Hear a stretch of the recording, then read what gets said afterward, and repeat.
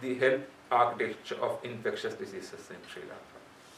The other question is, would disease burden of TB in the region have been improved due to continuous supply of medicine in reasonable cost? Thirdly, has the drug resistance increased as a result of inadequate treatment for infectious diseases due to poor accessibility, availability and affordability of the medicine to this region?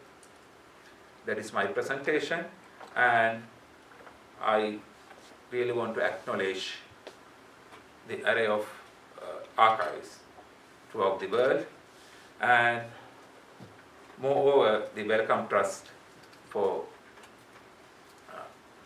sponsoring this event as well as sponsoring my project.